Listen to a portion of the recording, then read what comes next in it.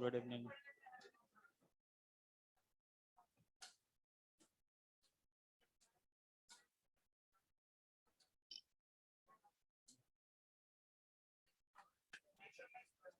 Hello बच्चों, आवाज आ रही है?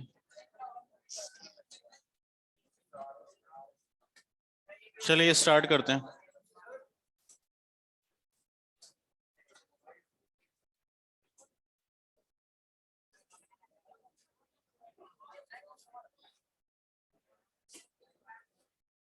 लास्ट में क्या पढ़ा था बताइए? सेमीकंडक्टर स्टार्ट करना है मतलब। देखिए, हमने दो पार्ट्स में डिवाइड किया था, एनालॉग इलेक्ट्रॉनिक्स और डिजिटल इलेक्ट्रॉनिक्स। एनालॉग इलेक्ट्रॉनिक्स की बात करें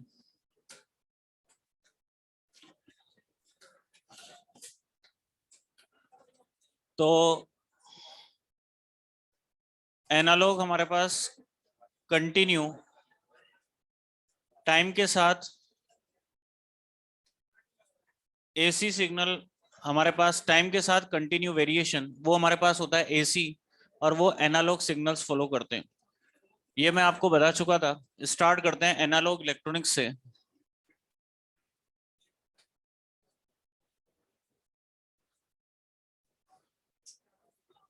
देखिए,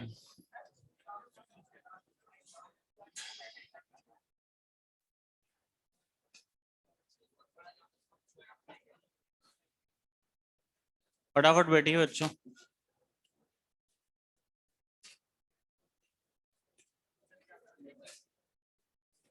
गेट लगा दो।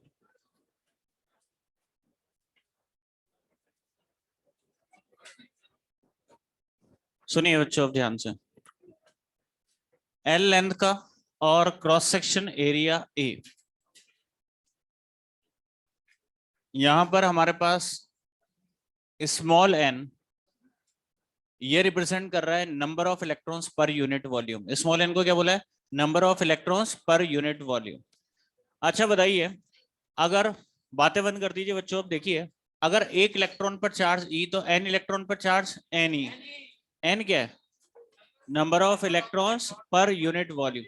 ये तो यूनिट वॉल्यूम में चार्ज आया है। अगर मुझे पूरे वॉल्यूम में चार्ज निकालना है तो क्या करूंगा? Area into length. वॉल्यूम से आपने मल्टीप्लाई एरिया इंटू लेंथ, और ये आपके टोटल चार्ज हमारे पास आ जाएगा। और आप सब जानते हो बच्चों, total charge divided by time is known as current. तो मैं यहाँ कह सकता हूँ आई बराबर, अच्छा, distance travelled by electron per unit time is known as drift velocity. तो मैं लिख सकता हूँ आई बराबर n e A v d, जहां पर हमारे पास वी डी क्या है बच्चों? Drift velocity. और आपने पढ़ा था वी डी बराबर म्यू ई। वी डी हमारे पास है बच्चों drift velocity. Drift velocity. Mu क्या होता है? मोबिलिटी। मोबिलिटी। अच्छा देखिए, अगर मैं यहां से कहूं I बाय ए, ये होता है आपके पास करंट डेंसिटी। तो फाइनली मैं लिख सकता हूं J, J vector is equal to, current density क्या होती है? I upon A. और मुझे बताइए आई बाय ए कितना? N E we D. V D बराबर म्यू इंटू ई। और आपने इक्वेशन पढ़ी थी जे बराबर क्या होता है? सिग्मा ई। क्या दोनों कंपेरेबल है? दिस बराबर दिस बराबर, तो दिस बराबर, तो बताइए सिग्मा बराबर कितना? एन ई म्यू। सिग्मा क्या होता है? कंडक्टिविटी। कंडक्टिविटी। और रो जो हमारे पास होता है रजिस्टिविटी। और रजिस्टिविटी होती है कंडक्टिविटी का इनवर्स। 1/सिग्मा मतलब 1/n ई म्यू। और एक टर्म हमारे पास, अच्छा, इसकी कंडक्टिविटी की यूनिट क्या होती है? ओम इनवर्स, मीटर इनवर्स, या फिर महो, वेरी गुड, मीटर इनवर्स, या फिर साइमन मीटर इनवर्स। और कंडक्टिविटी का इनवर्स रजिस्टिविटी। रजिस्टिविटी की यूनिट ओम इंटू मीटर। एक टर्म हमारे पास आगे चैप्टर में और काम आएगी, टी डिग्री पर रेजिस्टेंस होता है R T is equal to R naught 1 + alpha delta T होता है, जहां अल्फा क्या होता है? टेम्परेचर कोफिशिएंट ऑफ रेजिस्टिविटी, ये ध्यान रखना है, टर्म काम आएगी alpha, temperature coefficient of resistivity.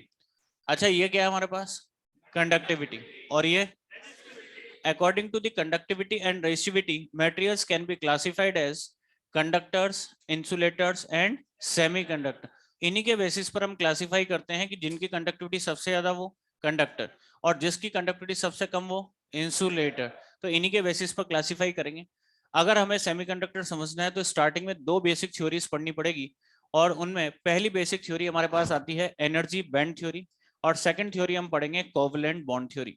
तो इन बेसिक थ्योरी के बेसिस पर हम डिवाइस तक फॉर्मेशन उस तक पहुंच पाएंगे। तो स्टार्ट करते हैं, पहली थ्योरी हमारे पास एनर्जी बैंड थ्योरी से। तो एक काम करिए, इसको नोट करिए फटाफट और स्टार्ट करते हैं एनर्जी बैंड थ्योरी से।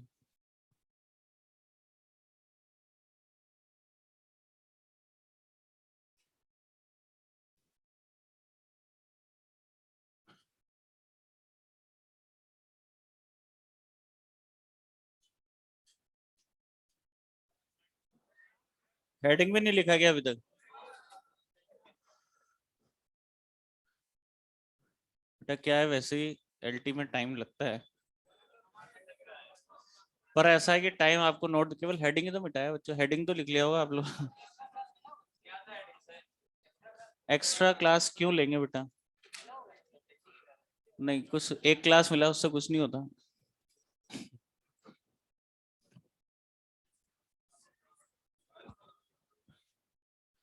मैं आपको बता दूं, आपका जो बैच है बाकी बैचेस से अगर कंपेयर करें, जैसे पास वाला रूम का वाला बैच चल रहा है, वहाँ रिवर्स बायस तक कंप्लीट हो चुका है।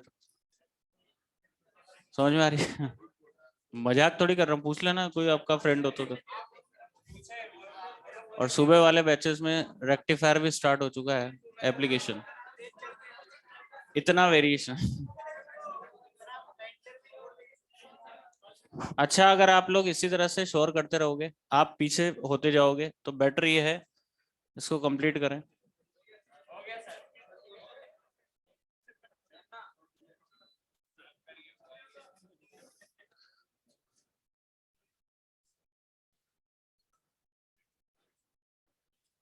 बच्चों शांत हो जाइए, देखो बिल्कुल शांत हो जाइए, ये फटाफट कंप्लीट कर लो, कंप्लीट होते ही बता देना। ठीक है, तो बैठे रहिए शांति से, बिल्कुल कंप्लीट हो जाए। हेडिंग लिखना, एनर्जी बैंड थ्योरी।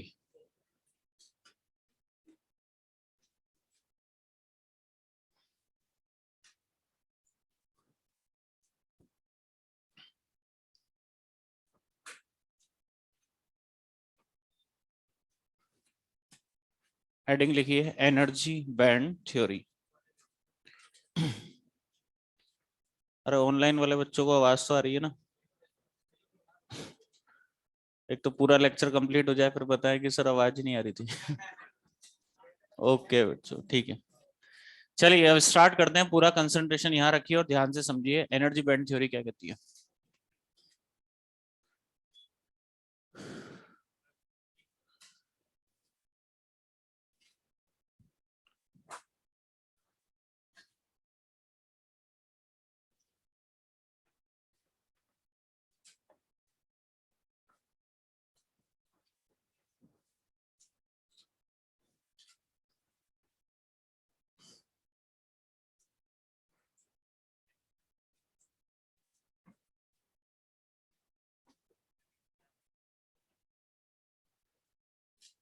अब बातें बंद कर दीजिए और सुनिए ध्यान से।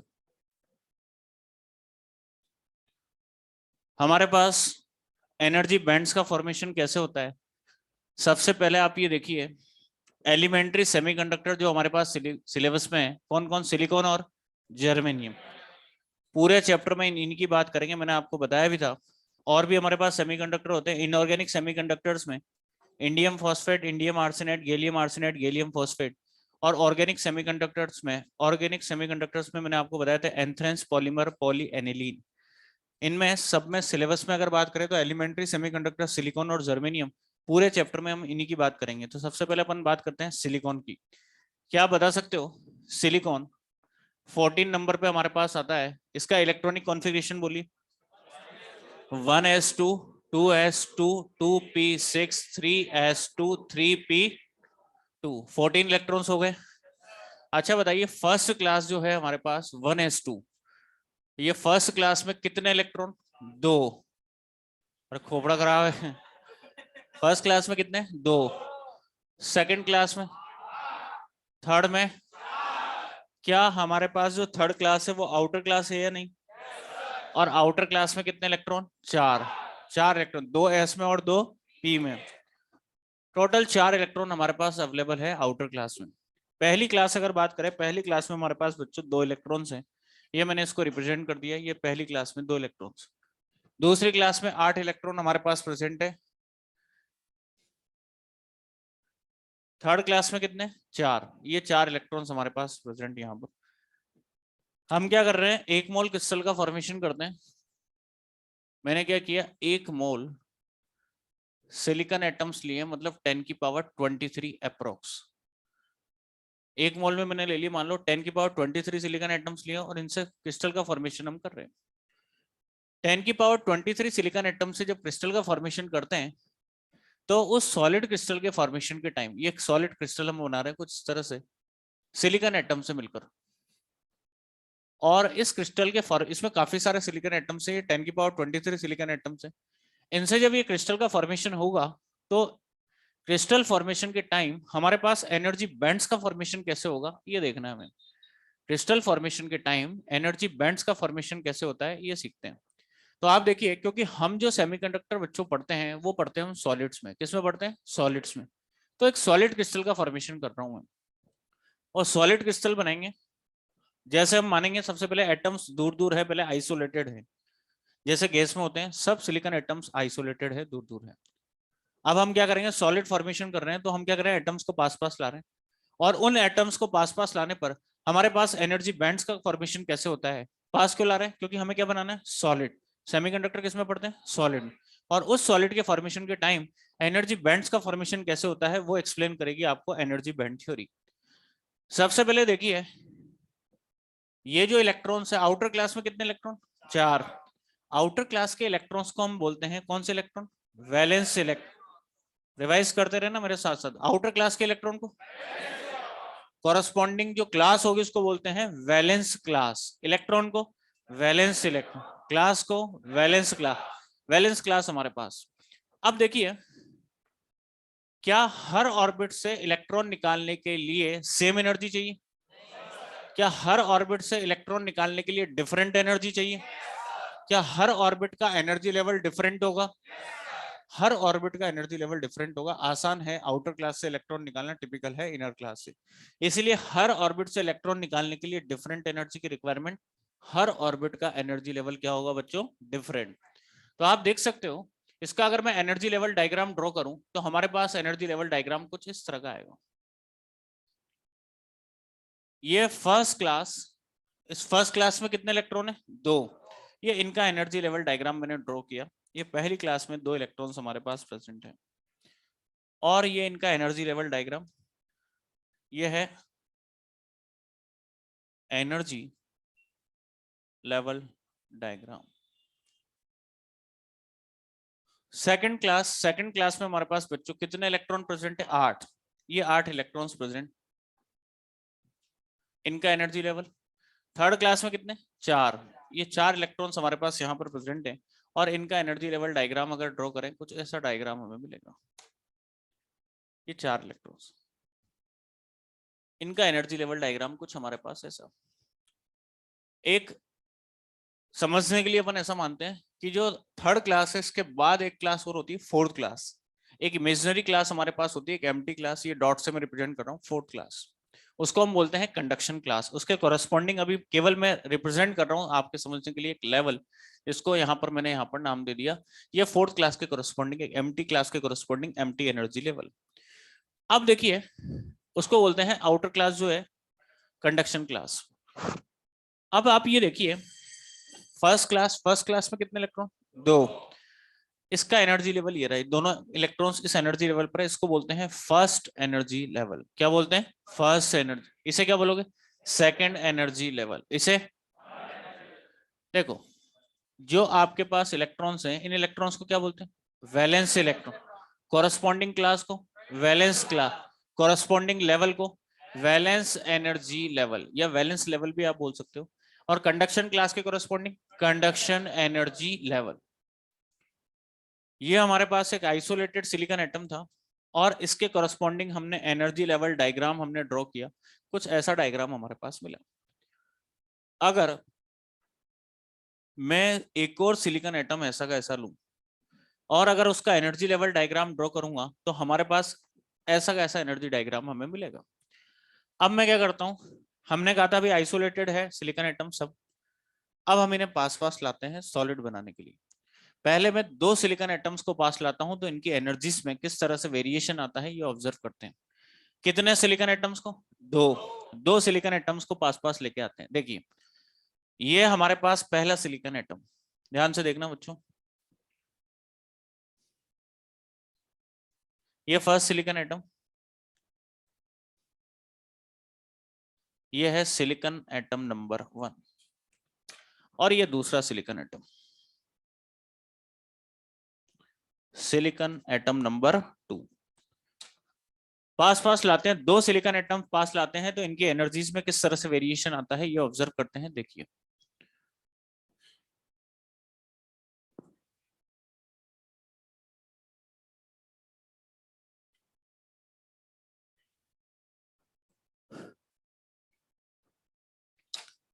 मेरी बात का जवाब देना। पहला सिलिकॉन एटम ये रहा, इसका एनर्जी लेवल डायग्राम ये रहा। दूसरा सेम सिलिकॉन एटम ऐसा का ऐसा होगा और उसका एनर्जी डायग्राम भी हमारे पास कुछ ऐसा होगा। अगर इस सिलिकॉन एटम की पहली क्लास जिसमें कितने इलेक्ट्रॉन है, 2, ये इसका एनर्जी लेवल रहा। क्या कभी पहला सिलिकॉन एटम जिसकी पहली क्लास दूसरा सेम सिलिकॉन एटम जिसकी तीसरी क्लास जिसका एनर्जी लेवल ये रहा, ध्यान से सुनना, क्या कभी पहला सिलिकॉन एटम जिसका एनर्जी लेवल ये रहा, जिसकी पहली क्लास में कितने इलेक्ट्रॉन, 2, ये इनका एनर्जी लेवल, दूसरा सेम सिलिकॉन एटम जिसकी थर्ड क्लास में कितने इलेक्ट्रॉन, 4, ये इनका एनर्जी लेवल रहा। क्या कभी फर्स्ट क्लास थर्ड क्लास के साथ इंटरमिक्स हो सकती है? क्योंकि इनकी एनर्जी में क्या है, बहुत ज्यादा डिफरेंस। इसका मतलब जो इंटरमिक्सिंग होती है वो हमेशा सेम एनर्जी की क्लासेस में, मतलब फर्स्ट क्लास के साथ इंटरमिक्स होगी, सेकंड क्लास के साथ, और थर्ड क्लास के साथ सेम एनर्जी की क्लासेस में होती है बच्चों इंटरमिक्सिंग। और अब देखिए अब इंटरमिक्सिंग होगी तो इनकी एनर्जीज में किस तरह का हमारे पास वेरिएशन आएगा।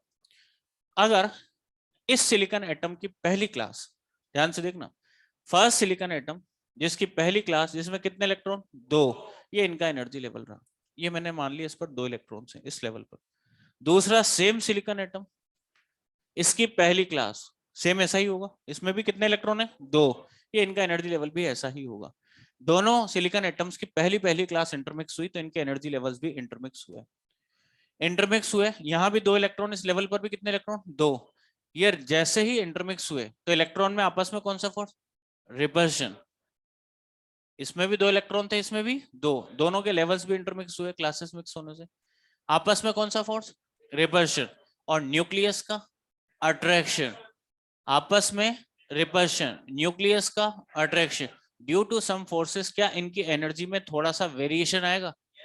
वेरिएशन का मतलब थोड़ा सा गैप हमारे पास आ जाएगा। दोनों लेवल जो सेम एनर्जी लेवल पर एग्जिस्ट कर रहे थे, मान लो दोनों 2-2 इलेक्ट्रॉन वोल्ट पर एग्जिस्ट कर रहे थे, तो हमारे पास अगर एक 1.9 हो गया तो दूसरा 2.1, थोड़ा सा एनर्जी में गैप आ जाएगा ड्यू टू सम फोर्सेस के कारण हमारे पास कुछ ऐसा हो रहा है। तो आप देखिए इनके एनर्जी लेवल्स जो हमारे पास इंटरमिक्स हुए, इंटरमिक्सिंग के बाद हमारे पास इनके लेवल्स में जो गैप आया वो किस तरह से रिप्रेजेंट किया है। देखिए पहली क्लास मिक्स हुई, फर्स्ट लेवल मिक्स हुए, इनके लेवल्स को हमने कुछ ऐसा रिप्रेजेंट किया, थोड़ा सा गैप आ गया दोनों में, ये गैप को मैंने रिप्रेजेंट कर दिया, नेग्लिजिबल वेरिएशन आया, कुछ गैप हमारे पास, इसको मैंने रिप्रेजेंट कर दिया कुछ इस तरह से। ये तो 2 सिलिकॉन एटम्स पास पास आए, इनकी एनर्जीज में कुछ ऐसा वेरिएशन ऑब्जर्व हुआ।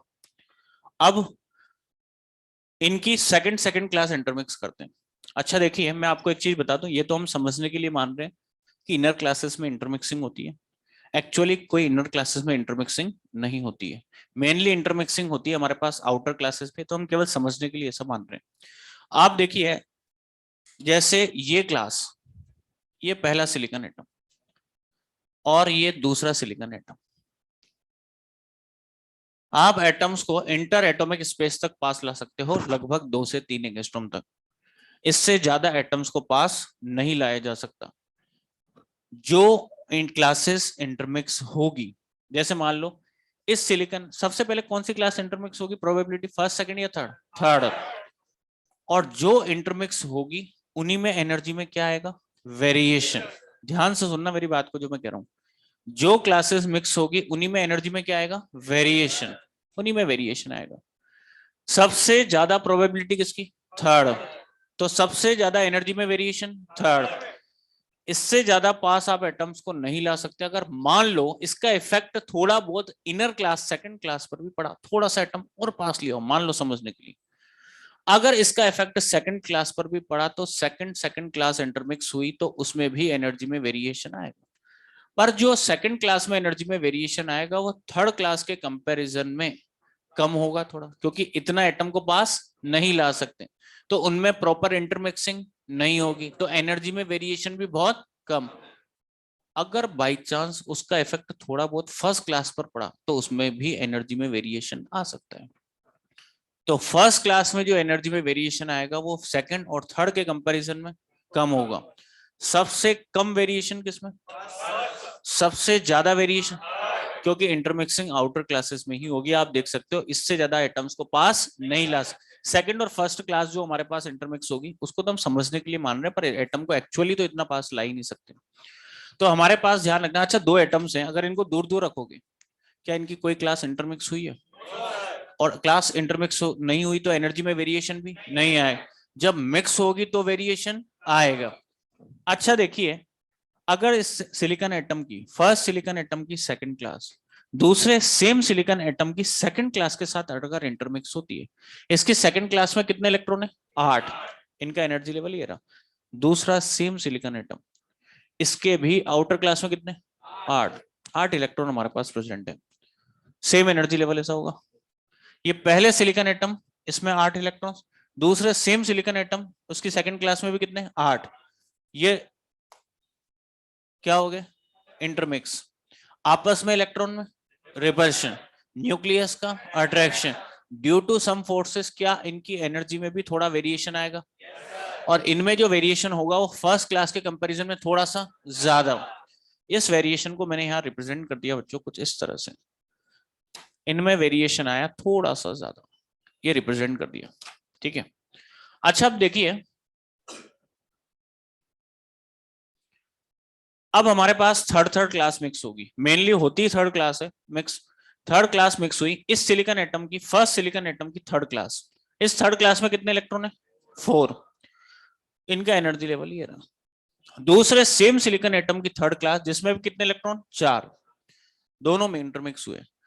जैसे ही मिक्स होंगे 4 इलेक्ट्रॉन दोनों लेवल्स पर हैं, इंटरमिक्सिंग होने के बाद इलेक्ट्रॉन्स में आपस में रिपल्शन और न्यूक्लियस का attraction, due to some forces क्या इनकी एनर्जी में भी वेरिएशन आएगा, और इनमें जो वेरिएशन होगा वो सबसे ज्यादा, क्योंकि इंटरमिक्सिंग ही किसमें होगी, थर्ड क्लास, तो इनमें ही वेरिएशन हमारे पास आएगा। तो हमारे पास अगर बात करें, इनमें जो वेरिएशन हमारे पास आएगा वो सबसे ज्यादा। इस वेरिएशन को मैंने रिप्रेजेंट कर दिया बच्चों कुछ इस तरह से, ये गैप जो है उसको मैं बोल रहा हूँ वेरिएशन, सबसे ज्यादा वेरिएशन। कितने सिलिकॉन एटम पास लाए, 2, 2 सिलिकॉन एटम्स पास लाने पर फर्स्ट सेकंड और थर्ड क्लास में एनर्जी में हम वेरिएशन देख सकते हैं कुछ ऐसा। अगर 3 सिलिकॉन एटम्स को पास लिया है, हमें कितने सिलिकॉन एटम पास लाने, 10⁻23। क्यों पास ला रहे हो, क्योंकि हमें सॉलिड क्रिस्टल बनाना है, क्योंकि हम सेमीकंडक्टर किस में पढ़ते हैं, सॉलिड्स में, और उस सॉलिड के फॉर्मेशन के टाइम एनर्जी बैंड्स कैसे बनते हैं देखना है। अब मैं क्या करता हूँ, 3 सिलिकॉन एटम्स को अगर पास लाऊंगा तो आपको अच्छे से पता है क्या सेम एनर्जी की क्लासेस इंटरमिक्स होगी, फर्स्ट के साथ, सेकंड के साथ, और थर्ड के साथ, सबकी। तो जो इनकी एनर्जीज में वेरिएशन आएगा बच्चों कुछ इस तरह का वेरिएशन होगा, इसको मैं रिप्रेजेंट करता हूं यहाँ पर। ये थर्ड क्लास मिक्स हुई, इनकी एनर्जीज में वेरिएशन हमारे पास कुछ ऐसा। अगर 4 सिलिकॉन एटम्स पास लाएंगे तो इनकी एनर्जीज में वेरिएशन हमारे पास कुछ ऐसा। फोर्थ क्लास में मतलब हमारे पास 4, हाँ। तो हमारे पास अगर बात करें ये 4 4 क्लास मिक्स होगी तो सेम सेम क्लासेस मिक्स होगी, चारों के 4 4 लेवल मिक्स हुए और ये हमारे पास। अच्छा बताइए, दो सिलिकॉन एटम्स पास लाए थे, अगर हम दो सिलिकॉन एटम्स पास लाए थे तो कितने कितने एनर्जी लेवल्स के ग्रुप मिले थे? दो दो। तीन लाऊंगा तो तीन तीन। चार लाऊंगा 10 की पावर 23 सिलिकॉन एटम्स को पास लाऊंगा तो क्या 10 की पावर 23 एनर्जी लेवल्स के ये ग्रुप मिलेंगे? And these group of energy levels is known as energy bands. तो लेवल्स मर्ज हो गए, क्या बना लिए? बैंड्स। ये कौन सा डायग्राम है? Energy level diagram. इसे क्या बोलोगे? Energy band diagram. ये हमारे पास है एनर्जी बैंड डायग्राम। अब देखिए इसे क्या बोलोगे? First energy band. इसे सेकंड एनर्जी बैंड। इसे, अच्छा देखो आगे मैं आपको बता रहा हूँ भाई, एनसीईआरटी का एक टिपिकल सा डायग्राम आपके दिया हुआ है, प्रैक्टिकल डायग्राम है, उससे आपको मैं एक पॉइंट समझाऊंगा। वैसे मैं चाहता तो ऐसे बोल सकता था पर ये गलत है बोलना, मैं बता देता हूँ क्या बोलता आप मान भी लेते हो बात। सर एक इमेजिनरी क्लास बोली थी आपने, कंडक्शन क्लास बोला था या नहीं? इस क्लास के कोरस्पॉन्डिंग क्या एक एम्प्टी एनर्जी लेवल इमेजिनरी होगा या नहीं? अगर हमारे पास दो क्लासेस खाली खाली मिक्स होती है तो स्टूडेंट्स के लिए केवल स्पेस बनेगा। तीन क्लासेस मिक्स होगी तो पहले एक क्लास में 100 स्टूडेंट बैठ रहे हैं, अब 200, अब 300, केवल स्पेस बनेगा, एक ब्लैंक स्पेस। अगर खाली खाली एनर्जी लेवल्स मिक्स होंगे तो खाली खाली एक बैंड हमारे पास बन जाता, यहाँ पर ऐसा कुछ बैंड बनता। और आप सोचते कि वो जो थर्ड क्लास के बाद फोर्थ क्लास एक इमेजिनरी क्लास है उससे बना है, पर एक्चुअली ऐसा कुछ नहीं हुआ। ये जो बैंड बनते हैं ना दोनों, ये आउटर क्लासेस के ही बैंड हैं, थर्ड क्लास के ही।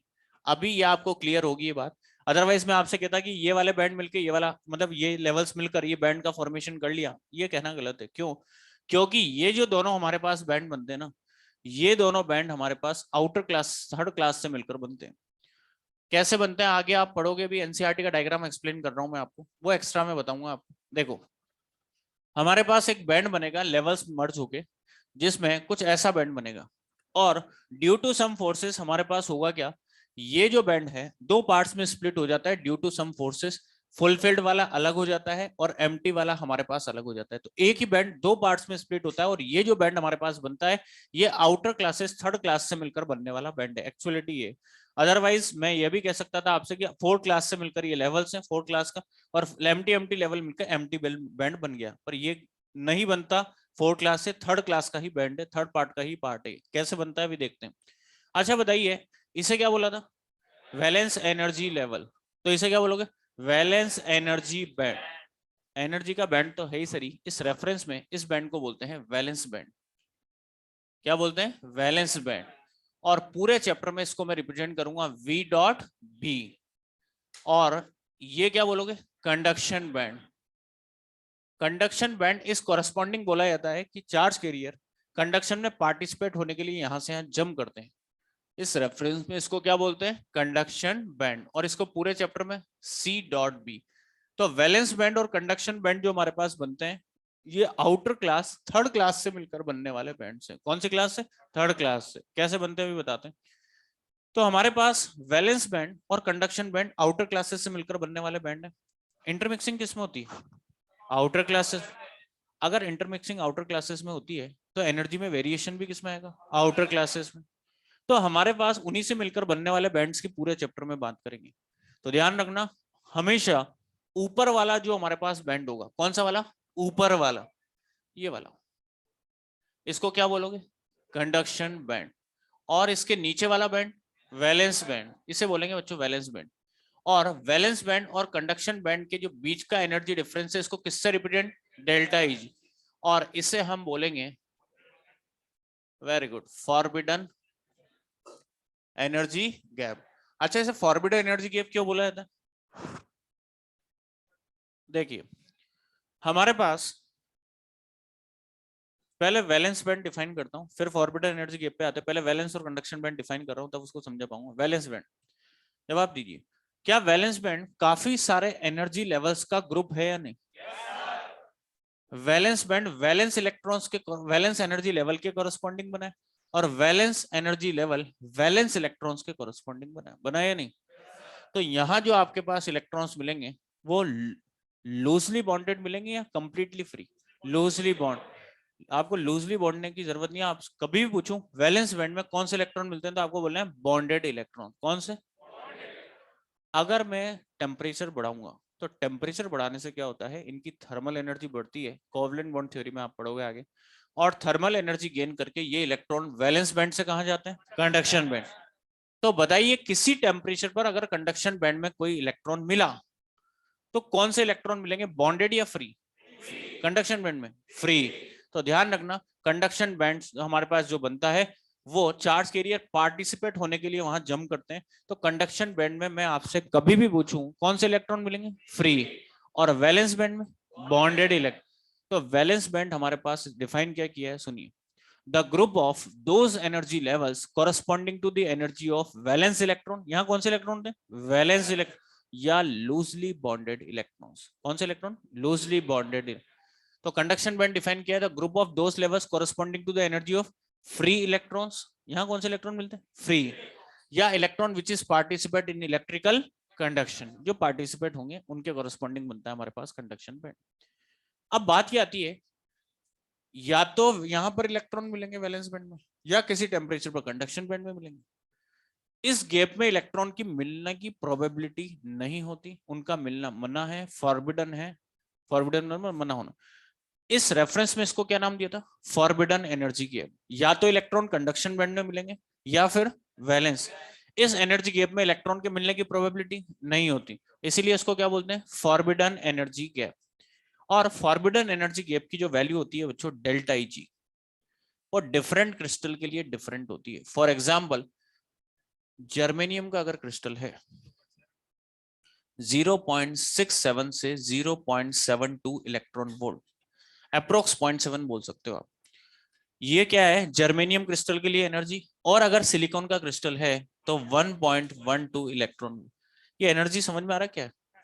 ये वो एनर्जी है जो इलेक्ट्रॉन को वैलेंस से कहां पहुंचाएगी? कंडक्शन। तो सिलिकॉन के लिए अगर इलेक्ट्रॉन को वैलेंस से कंडक्शन में जाना है कितनी एनर्जी? 1.12 electron volt. समझ में आई बात? ये तो अपन ने बात की जो थ्योरी आपके काम आएगी। अब एनसीईआरटी की बात करते हैं। एनसीईआरटी उस प्रैक्टिकल डायग्राम से क्या कहना चाहता है, देखिए। अभी नोट वोट सब बाद में करना, पहले समझ लो। या एक काम करो डायग्राम बनाओ, जब तक मैं यहाँ डायग्राम बना रहा हूँ फिर एक्सप्लेन करता हूँ। सारे जो भी बने हुए हैं अभी लिखाएंगे ना। अभी तक मैंने क्या बताया आपको, इधर देखो सच्चो, इधर देखना सब। When we draw the energy level diagram, इधर देखिए सब। When we draw the energy level diagram for isolated silicon atom, then we obtained different energy levels corresponding to energy of different electrons in different orbits. Different orbits के corresponding different energy level. But when we draw the energy diagram for group of atoms, then we obtain the group of energy levels, and this group of energy levels is known as energy bands. तो हमारे पास किसका formation हो गया? Energy bands. तो एक काम करिए diagram बनाइए, फिर मैं आपको एनसीईआरटी वाले डायग्राम पे लेके चलता हूँ।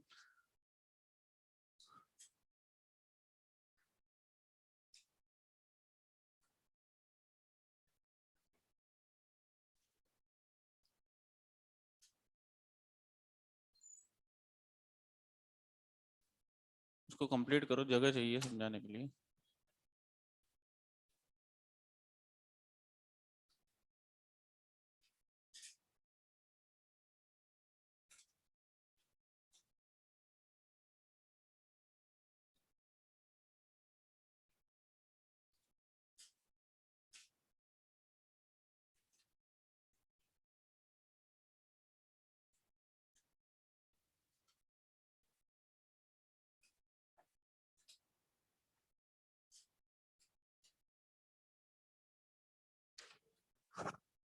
स्पीड से करवाना है बच्चे नोट।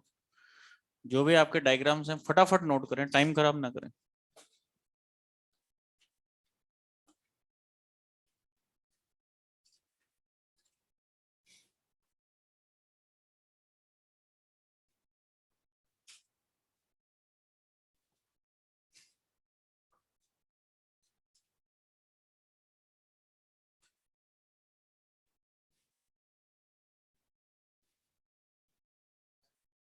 हाँ बोलिए।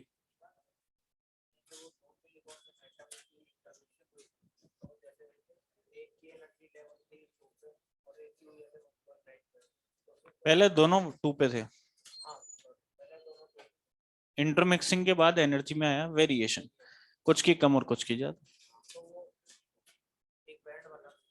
बैंड नहीं बना, लेवल का ग्रुप है, अभी अभी बैंड नहीं कह सकते आप। उस ग्रुप के 2 लेवल्स का ग्रुप है, ठीक है हाँ,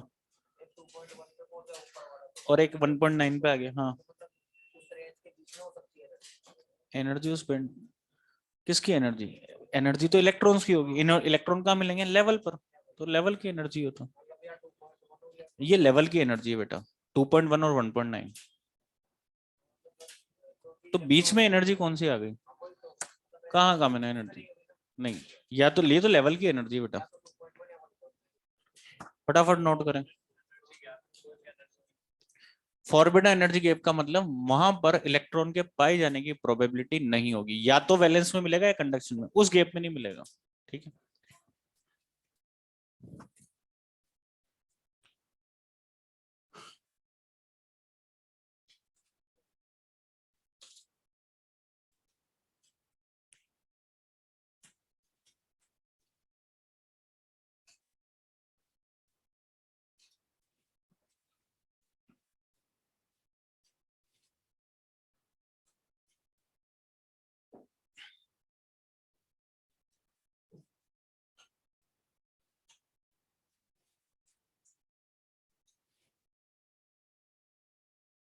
देना बेटा एनसीईआरटी तो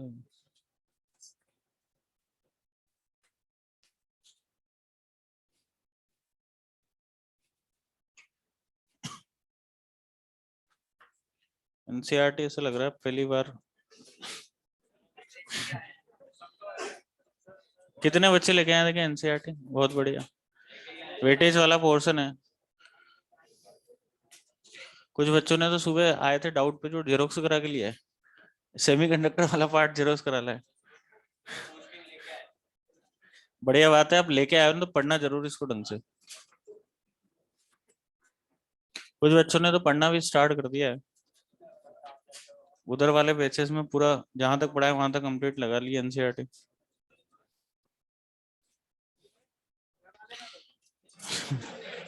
सुबह वालों की बड़ी फिक्र होती है आप लोगों को।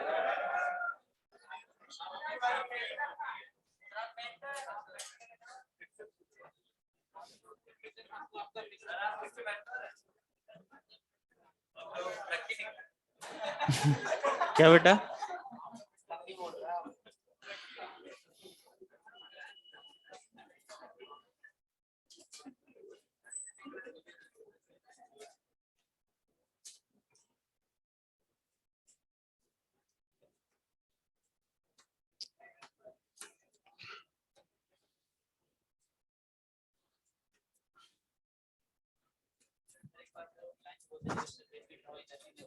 अभी लिखाएंगे, आपको लिखाएंगे हाँ। हो गया बच्चों complete?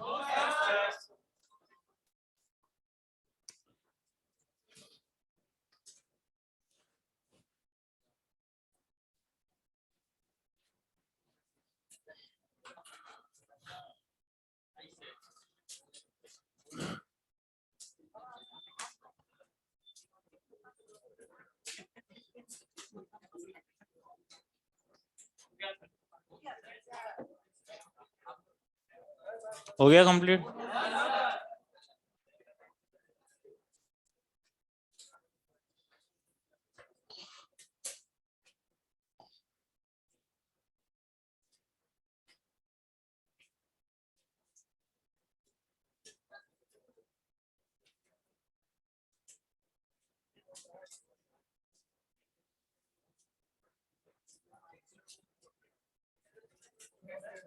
लिखाऊं?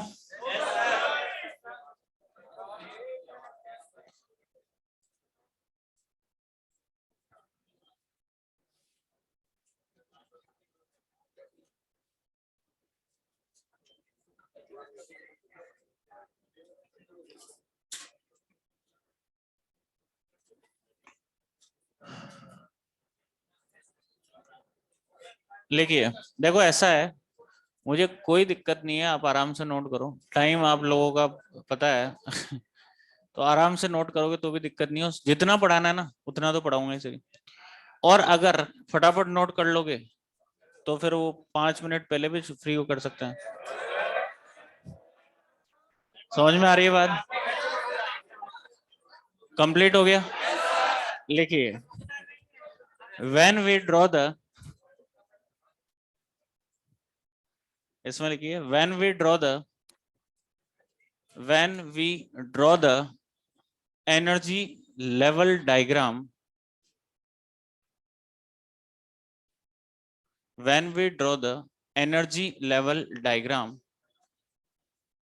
for isolated silicon atom, मत बोलिए समय खराब होगा, चुपचाप लिखते रहिए। when we draw the energy level diagram for isolated silicon atom, then we obtain the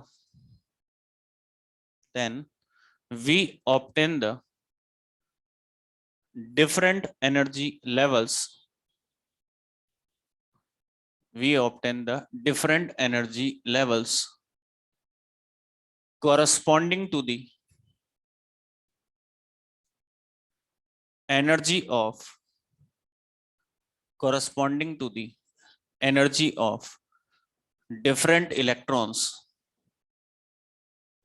corresponding to the energy of different electrons in different orbits,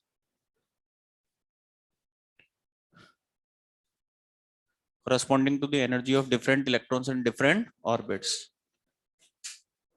paragraph change करके लिखिए। but when we draw the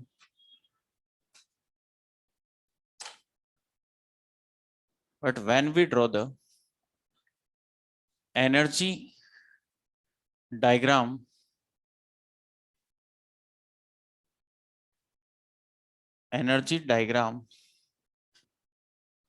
for group of atoms, then we obtain the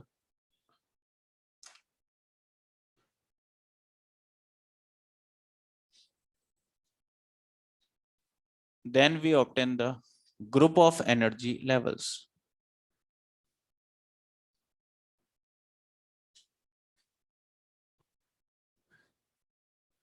Group of energy levels. And these group of energy levels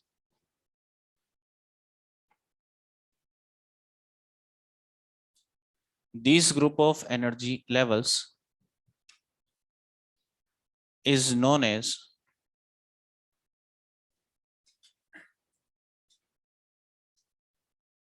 energy bands.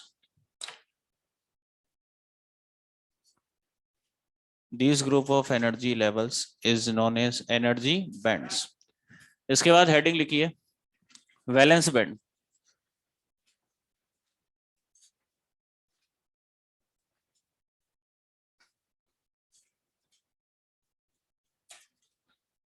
Valence band में लिखो the group of those energy levels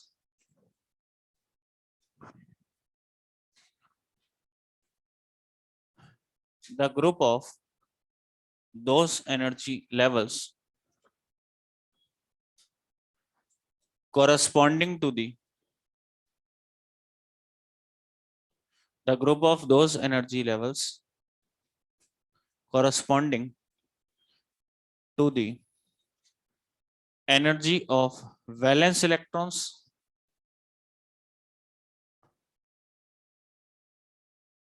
or loosely bonded electrons. Valence electrons or loosely bonded electrons. Next, conduction band.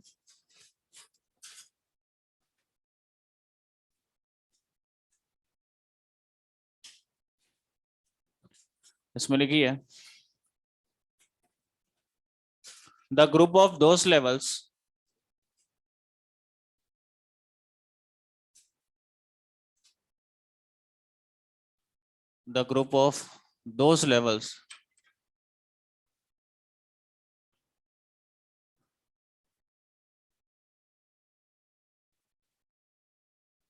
corresponding to the energy of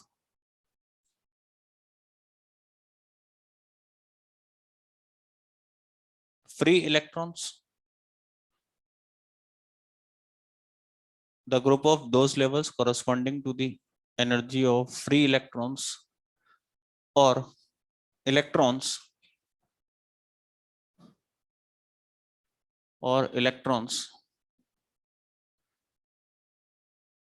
which is participate in electrical conduction, or electrons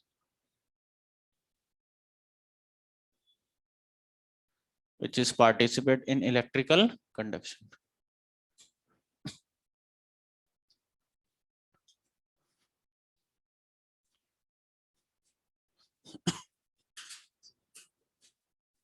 देखिए बच्चों, NCERT में N silicon atoms को लेके आपके diagram draw किया हुआ है। Practical diagram है 0 केल्विन। वैसे 0 केल्विन अचीव कर पाना इम्पॉसिबल है। जो आपके एनसीईआरटी में 0 केल्विन लिख रहा है उसका मतलब केवल इतना सा जो मिनिमम हो सकता है जितना टेम्परेचर, उसकी बात कर रहे हैं। प्रैक्टिकली हमारे पास ये डायग्राम ड्रॉ किया है 0 केल्विन पर। यहाँ पर आपके पास आउटर क्लास कौन सी है? थर्ड।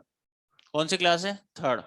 आउटर क्लास हमारे पास थर्ड है और आउटर क्लास में टोटल कितने इलेक्ट्रॉन है? 4, 2 एस में और 2 पी में। एन सिलिकॉन एटम्स का एग्जांपल आपके दिया गया है। एन सिलिकॉन एटम्स की बात कर रहे हैं। बताइए, एक सिलिकॉन एटम के, एक्स्ट्रा में बता रहा हूं, समझ में आया तो अच्छी बात, ना आए तो और अच्छी बात। बताइए, काम वही आएगा जो मैंने आपको नोट करवाया। बताइए, एक सिलिकॉन एटम के आउटर क्लास में कितने इलेक्ट्रॉन? 4। आउटर की बात करेंगे बस इस क्लास की, बाकी भूल जाओ। एक सिलिकॉन एटम के आउटर क्लास में कितने? 4। तो एन सिलिकॉन एटम के आउटर क्लास में 4n। एक सिलिकॉन एटम के आउटर क्लास में 4 इलेक्ट्रॉन, तो एन सिलिकॉन एटम के आउटर क्लास में 4n। पक्की बात है, ये 4n इलेक्ट्रॉन्स हमारे पास होंगे। अच्छा बताइए, एक सिलिकॉन एटम के एस में कितने इलेक्ट्रॉन है? 2। तो एन सिलिकॉन एटम के आउटर के एस में 2n होंगे। ये 2n इलेक्ट्रॉन किसमें है? एस। एक पी में कितने? 2। तो एन सिलिकॉन एटम के आउटर के पी में 2n। ये 2n इलेक्ट्रॉन किसमें होंगे? पी में। 2n एस में और 2n पी में, टोटल कितने इलेक्ट्रॉन? 4n। अच्छा बताइए, आउटर क्लास में, थर्ड क्लास का जो आउटर है 3s, एक एस में कितने इलेक्ट्रॉन आ सकते हैं? 2। तो एन सिलिकॉन एटम के आउटर में कितने आ सकते हैं? 2n। तो 2n स्पेस तो हमारे पास है एस में। एक पी में कितने आ सकते हैं? 6। तो एन सिलिकॉन एटम के आउटर के पी में 6n स्पेस होगी। तो 6n स्पेस हमारे पास पी में है। टोटल कितनी स्पेस? 8n space. और भरना कितना है? 4n। स्पेस कितनी? 8n। ये वही कंडीशन है कि हमारे पास 8 चेयर है, जगह कितनी है? 8 चेयर्स, और स्टूडेंट कितने बिठाने? 4। समझ में आ रही बात? अब देखिए, हमारे पास एन सिलिकॉन एटम्स का डायग्राम बनाया। हम क्या कर रहे हैं? राइट टू लेफ्ट मूव करूंगा, रीजन ए से डी तक जाऊंगा। और ऐसा मानना, जैसे ए से डी तक जा रहा हूं तो एटम्स के बीच की डिस्टेंस क्या करता जा रहा हूं? कम। जैसे जैसे मैं इधर आऊंगा राइट टू लेफ्ट, तो हम एटम्स यहाँ दूर दूर है जैसे गैस में होते हैं, फिर पास पास लेके आते जाऊंगा एटम्स को इधर आते आते। सबसे पहले रीजन ए की बात करते हैं। एनसीईआरटी क्या कहती है रीजन ए के लिए? सुनिए, ये 3s quantum number s l बराबर 0, क्वांटम नंबर l बराबर 1 p के लिए। रीजन ए ये कह रहा है कि एन सिलिकॉन एटम्स के जो 3s और 3p हैं, ऐसे और लेवल्स भी होंगे एन सिलिकॉन एटम के। तो एक सिलिकॉन एटम का 3s 3p, ऐसे एन सिलिकॉन एटम के जो 3s 3p हैं सब अभी आइसोलेटेड हैं। इनमें कोई इंटरमिक्सिंग नहीं हुई है। जैसे गैस में एटम्स दूर दूर होते हैं तो इनके लेवल्स भी दूर दूर हैं, कोई इंटरमिक्सिंग नहीं हुई है। अब हम आते हैं, ये रीजन ए रिप्रेजेंट कर रहा है कि अभी सारे लेवल्स दूर दूर हैं, एटम्स आइसोलेटेड हैं, कोई इंटरमिक्सिंग नहीं हुई है। अगर हम रीजन ए से रीजन बी की तरफ आते हैं तो आप देखिए, जैसे ही आप रीजन ए से, अच्छा रीजन ए की बात करते हैं पहले। तो रीजन ए में एस की बात करो, एस में कितने इलेक्ट्रॉन? 2n। कितनी स्पेस? 2n। तो एस में 2n इलेक्ट्रॉन्स हैं टोटल पूरे इसमें, और कितने space? 2n space N silicon atoms के लिए। अच्छा बताइए, पी में कितने इलेक्ट्रॉन? 2n। और स्पेस कितनी? 6n। तो यहाँ पर 2n इलेक्ट्रॉन्स हैं पूरे रीजन ए में, और कितनी स्पेस है? 6n स्पेस हमारे पास है। ठीक है, अब हम रीजन ए से बी की तरफ आते हैं। मतलब एटम्स को क्या कर रहा हूं? पास, डिस्टेंस कम कर रहे हैं हम एटम्स के बीच की। अगर मैं एटम्स को पास लेके आता हूं तो इनमें देखो लेवल्स में इंटरमिक्सिंग होना स्टार्ट हो गई है इस रीजन में, पर अभी भी प्रॉपर इंटरमिक्स नहीं हुए हैं। क्योंकि आप ये क्लियरली बता सकते हो ये वाला रीजन कौन सा, एस या पी, एस, और ये वाला पी वाला, अभी क्लियरली बता सकते हो। अभी भी हमारे 2n इलेक्ट्रॉन एस में और 2n स्टेट्स हमारे पास अवेलेबल है स्पेस, यहाँ 2n इलेक्ट्रॉन्स और 6n स्पेस हमारे पास अवेलेबल है। अभी प्रॉपर इंटरमिक्सिंग नहीं हुई है, दोनों आइसोलेटेड हमारे, मतलब अभी इंटरमिक्सिंग स्टार्ट हो गई है इस रीजन बी में। अगर मैं एटम्स को और ज्यादा पास लेके आ जाऊं तो हम पहुंच जाते हैं रीजन सी में। अब इस रीजन सी में क्या होता है, लेवल्स इंटरमिक्स हो चुके हैं। आप नहीं बता सकते कि ये रीजन हमारे पास कौन सा है, एस वाला है या फिर पी वाला, बता सकते हो क्या? नहीं बता सकते। पर हम ये जरूर बता सकते हैं सर कि जो रीजन हमारे पास सी वाला है, इस सी रीजन में टोटल नंबर ऑफ इलेक्ट्रॉन्स कितने? वेरी गुड, 2n और 2n, टोटल सी रीजन में कितने होंगे? 4n electron. अरे होंगे या नहीं?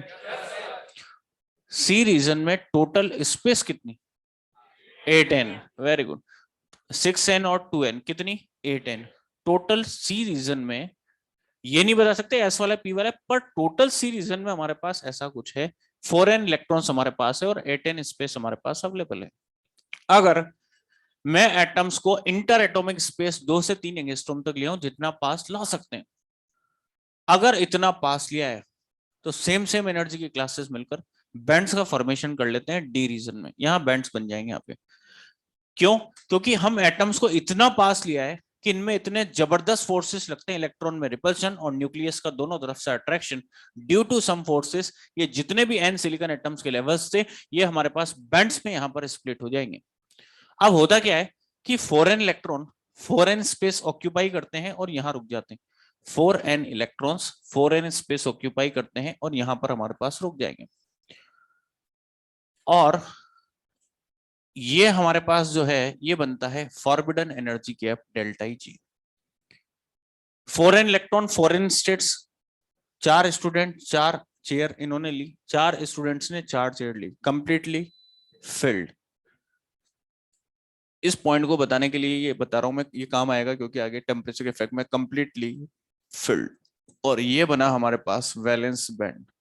कौन सा बैंड बन गया? Valence band. तो ध्यान रखें 0 केल्विन पर वैलेंस बैंड कंप्लीटली फिल्ड, देख सकते हो कंप्लीटली फिल्ड है। 4n इलेक्ट्रॉन और 4n स्टेट्स हमारे पास अवेलेबल है, 4 चेयर और 4 स्टूडेंट, कंप्लीटली फिल्ड हमारे पास। अच्छा, अब कितनी इलेक्ट्रॉन बचे? 0। 4n इलेक्ट्रॉन यही रह गए, तो इलेक्ट्रॉन कितने बचे? 0। और स्पेस कितनी बची? 4n स्पेस, 4 चेयर अभी भी बची हुई है। तो 0 केल्विन पर ये कंप्लीटली एम्प्टी, और ये क्या बन गया? Conduction band. 0 केल्विन पर, ध्यान रखना ये पॉइंट काम आएगा, 0 केल्विन पर valence band completely filled, conduction band completely empty, due to absence of free electron in conduction band this semiconductor behave as perfect insulator. ध्यान रखना 0 केल्विन पर सेमीकंडक्टर किसकी तरह बिहेव करता है? Perfect insulator. और 0 केल्विन पर कंडक्टर किसकी तरह? Super conductor. ध्यान रखना क्या बन जाता है? सुपर। मैग्नेटिक प्रॉपर्टी सब 0 हो जाती है, मैग्नेटिक सब्सिबिलिटी सब कुछ 0 हो जाती है और वो बन जाता है हमारे पास सुपर कंडक्टर। कौन? कंडक्टर। तो ध्यान रखना 0 केल्विन पर सेमीकंडक्टर किसकी तरह बिहेव? इंसुलेट। और कंडक्टर सुपर कंडक्टर की तरह बिहेव करता है हमारे पास। तो ये डायग्राम आपके पास आया। मैंने आप लोगों को बताया था आउटर क्लासेस 3s और 3p से मिलकर एक बैंड बनेगा, वो बैंड हमारे पास 2 पार्ट्स में स्प्लिट होगा। 3s और 3p से मिलकर ही बना है, 4th क्लास का यहाँ कोई इन्वॉल्वमेंट नहीं है। 3s और 3p आउटर क्लासेस से मिलकर एक बैंड बनता है, वो 2 पार्ट्स में स्प्लिट होता है, फुलफिल्ड वाला अलग हो जाता है और एम्प्टी वाला अलग हो जाता है, बताया था ना। तो ये ध्यान रखना है आउटर क्लासेस से मिलकर बनने वाले बैंड है वैलेंस बैंड और कंडक्शन, और जो आउटर क्लासेस से मिलकर बनते हैं उन्हीं की हम बात करेंगे पूरे चैप्टर में, क्योंकि आउटर क्लासेस में ही प्रॉपर इंटरमिक्सिंग होती है, उन्हीं में एनर्जी में वेरिएशन आता है। कुछ समझ में आई बात? समझ में आए तो अच्छी बात, ना आए तो और अच्छी बात। बस जो मैं पॉइंट बता रहा हूँ वो ध्यान रखना, वो काम आएंगी। क्या बता, सुनिए अभी सुनो। 0 केल्विन पर valence band completely failed, conduction band completely empty. ध्यान रहेगा वैलेंस बैंड में कौन से इलेक्ट्रॉन मिलते हैं? बॉन्डेड या फ्री? बॉन्डेड। अगर किसी टेम्परेचर पर बात करें 0 केल्विन, किसी और टेम्परेचर पर इंक्रीज करें तो टेम्परेचर बढ़ने से नंबर ऑफ फ्री इलेक्ट्रॉन जो है उनके कंडक्शन बैंड में पहुंचने की प्रोबेबिलिटी बढ़ेगी। तो यहाँ जो इलेक्ट्रॉन मिलेंगे वो फ्री या बॉन्डेड, तो किसी टेम्परेचर पर कंडक्शन बैंड में फ्री और यहाँ पर बॉन्डेड। अच्छा, ये इलेक्ट्रॉन जो फॉरेन इलेक्ट्रॉन यहाँ थे वो ऊपर क्यों नहीं गए, यहाँ क्यों रह गए? क्योंकि 0 केल्विन पर उनके पास इतनी एनर्जी नहीं है, क्योंकि उनको यहां से यहां जाने के लिए कितनी एनर्जी, डेल्टा Eg। कुछ समझ में आई बात? तो ये हमारे पास एक्स्ट्रा में बताया, काम का पॉइंट जो थे वो मैंने आपसे पूछ लिए। अब आते हैं अपन एनर्जी बैंड डायग्राम। इसको नोट नहीं करना है, हेडिंग लिखो एनर्जी बैंड डायग्राम। ये एनसीईआरटी में पढ़ लेना, एक एक लाइन मैंने आपको एक्सप्लेन कर दी एनसीईआरटी की। पेज नंबर हमारे पास 470।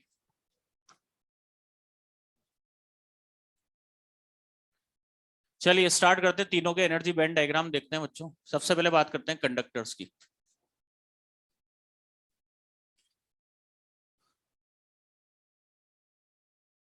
कंडक्टर, इंसुलेटर और नेक्स्ट सेमीकंडक्टर। तीनों का एनर्जी बैंड डायग्राम कैसे बनता है बच्चों देखते हैं। थर्ड कौन सा है, सेमीकंडक्टर।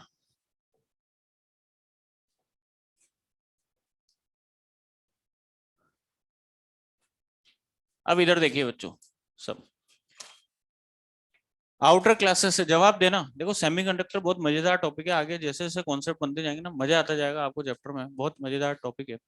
आप मुझे बताइए ऊपर वाला बैंड आउटर क्लासेस से मिलकर कौन से बैंड, वैलेंस और कंडक्शन। तो अब सब कुछ भूल जाइए, केवल इन्हीं दो बैंड्स की बात करेंगे पूरे चैप्टर में। ऊपर वाला बैंड कौन सा, वेरी गुड, ये हमारे पास होगा कंडक्शन बैंड। ऊपर वाला बैंड कौन सा, कंडक्शन बैंड, इसको मैंने नाम दिया है कंडक्शन बैंड। और नीचे वाला बैंड वैलेंस बैंड, ये हमारे पास वैलेंस बैंड। और कंडक्टर्स के केस में क्या होता है, दोनों बैंड्स ओवरलैप, ये ओवरलैप, ये है वैलेंस बैंड और ये हमारे पास ओवरलैप्ड पोर्शन। इसका मतलब इनके लिए डेल्टा Eg की वैल्यू अप्रॉक्स 0। कंडक्टर्स के केस में ध्यान रखना, वैलेंस और कंडक्शन बैंड हमारे पास दोनों ओवरलैप्ड होते हैं किसी भी कंडक्टर के लिए, सोडियम को छोड़ के। सोडियम में थोड़ा सा गैप हमारे पास आता है, सोडियम के अलावा हर किसी कंडक्टर में ध्यान रखना डेल्टा Eg अप्रॉक्स 0। अगर डेल्टा Eg 0 है इसका मतलब क्या, इलेक्ट्रॉन को वैलेंस से कंडक्शन में जाने के लिए कोई एनर्जी चाहिए।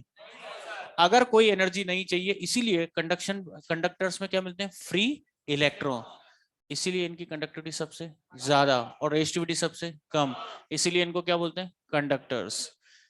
इनकी कंडक्टिविटी की बात करें, सबसे ज्यादा कंडक्टिविटी होती है इनकी, ये एनसीईआरटी का डाटा लिख रहा हूँ, 10 की पावर +2 से 10 की पावर +8। यूनिट मैंने आपको बताई थी अभी, क्या होती है, ohm inverse metre inverse. Resistivity इसका उल्टा कर दो, -2 से -8 ओम इंटू मीटर में।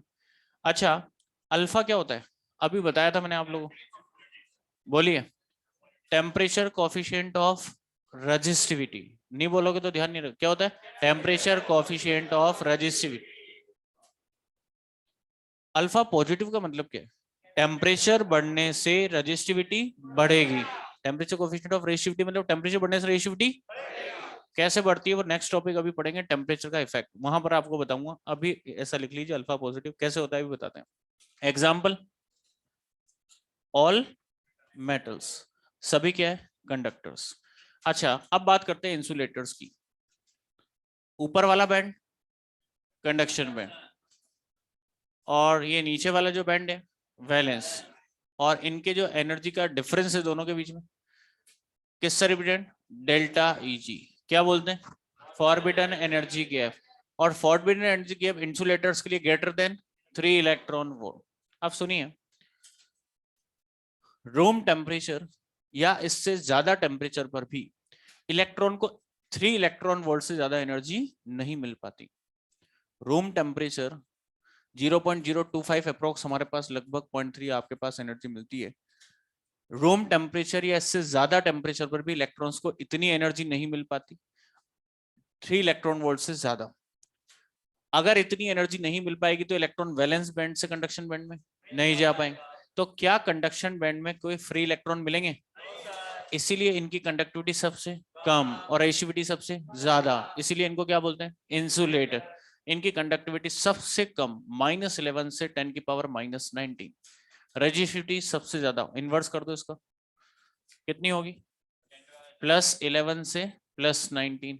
और अल्फा इंसुलेटर्स का क्या होता है, नेगेटिव। नेगेटिव मतलब -0.01 इलेक्ट्रॉन वोल्ट, हमारा सॉरी इलेक्ट्रॉन वोल्ट नहीं, 0.01 कांस्टेंट होता है, तो ठीक है, माइनस में होता है, नेगेटिव में। एग्जाम्पल आप सब जानते हो, रबर, प्लास्टिक, ड्राईवुड, ये सब इंसुलेटर। परफेक्ट इंसुलेटर कौन, डायमंड,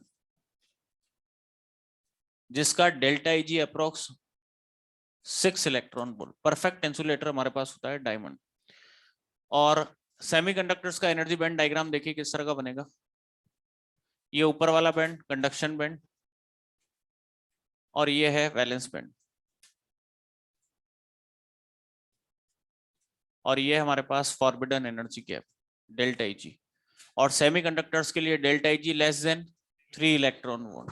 अभी बताया था आप लोगों को, बताओ जर्मेनियम के लिए कितना बताया था डेल्टा Eg, 0.67 से 0.72, अप्रोक्स 0.7। और सिलिकॉन के लिए 1. क्या नियरेस्ट 1 है, क्या लेस देन 3 है, ठीक है। तो हमारे पास लेस देन 3 इलेक्ट्रॉन वोल्ट होता है, अप्रोक्सीमेट 1 इलेक्ट्रॉन वोल्ट के बराबर सेमीकंडक्टर्स के लिए। रूम टेम्परेचर, एक पॉइंट बताता हूं जो आपके एम्स में पूछा गया था।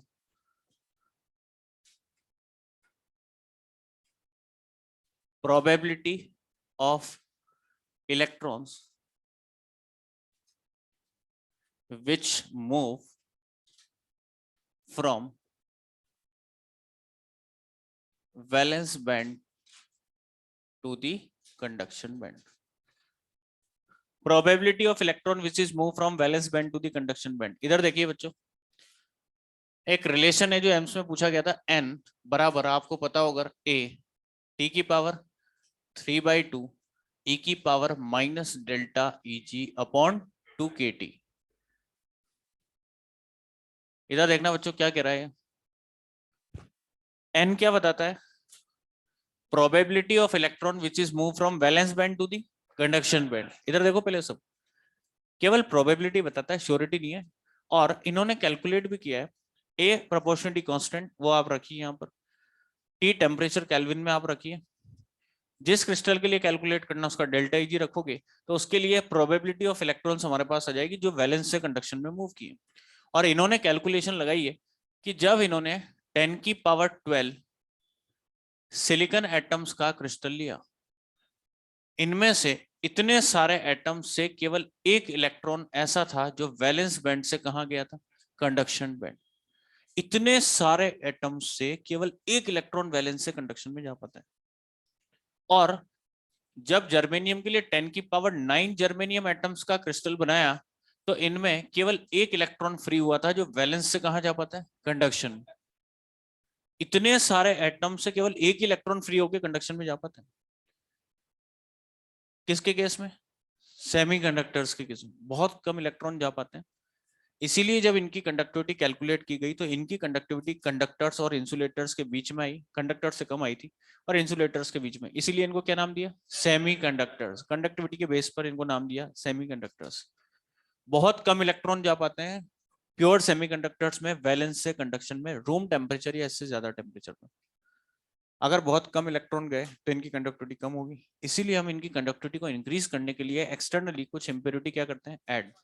और जिस इंप्योरिटी एटम्स को ऐड करते हैं उनको dopants, and the whole process known as doping. इसकी बात अपन नेक्स्ट लेक्चर में करेंगे। तो हमारे पास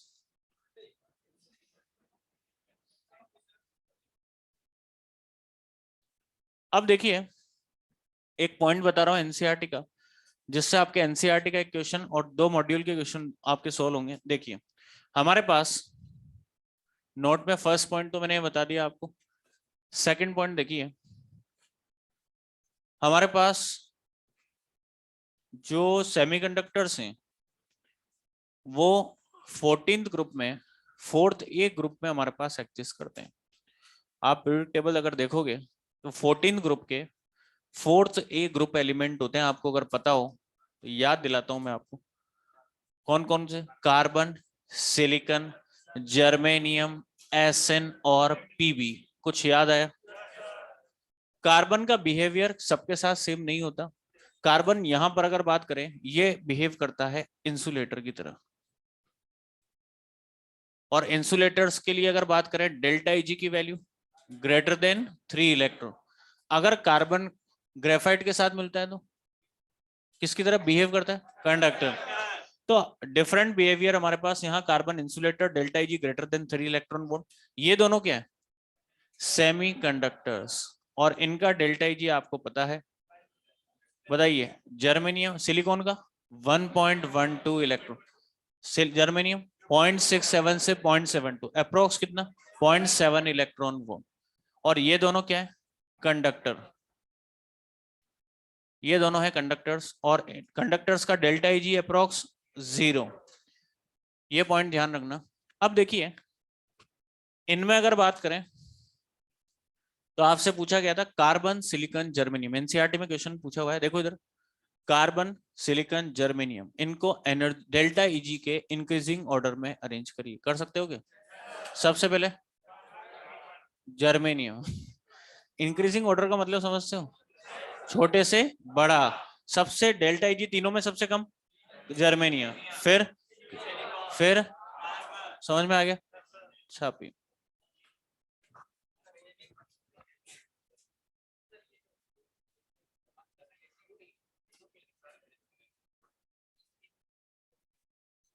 कौन सी की बात कर रहे हो आप?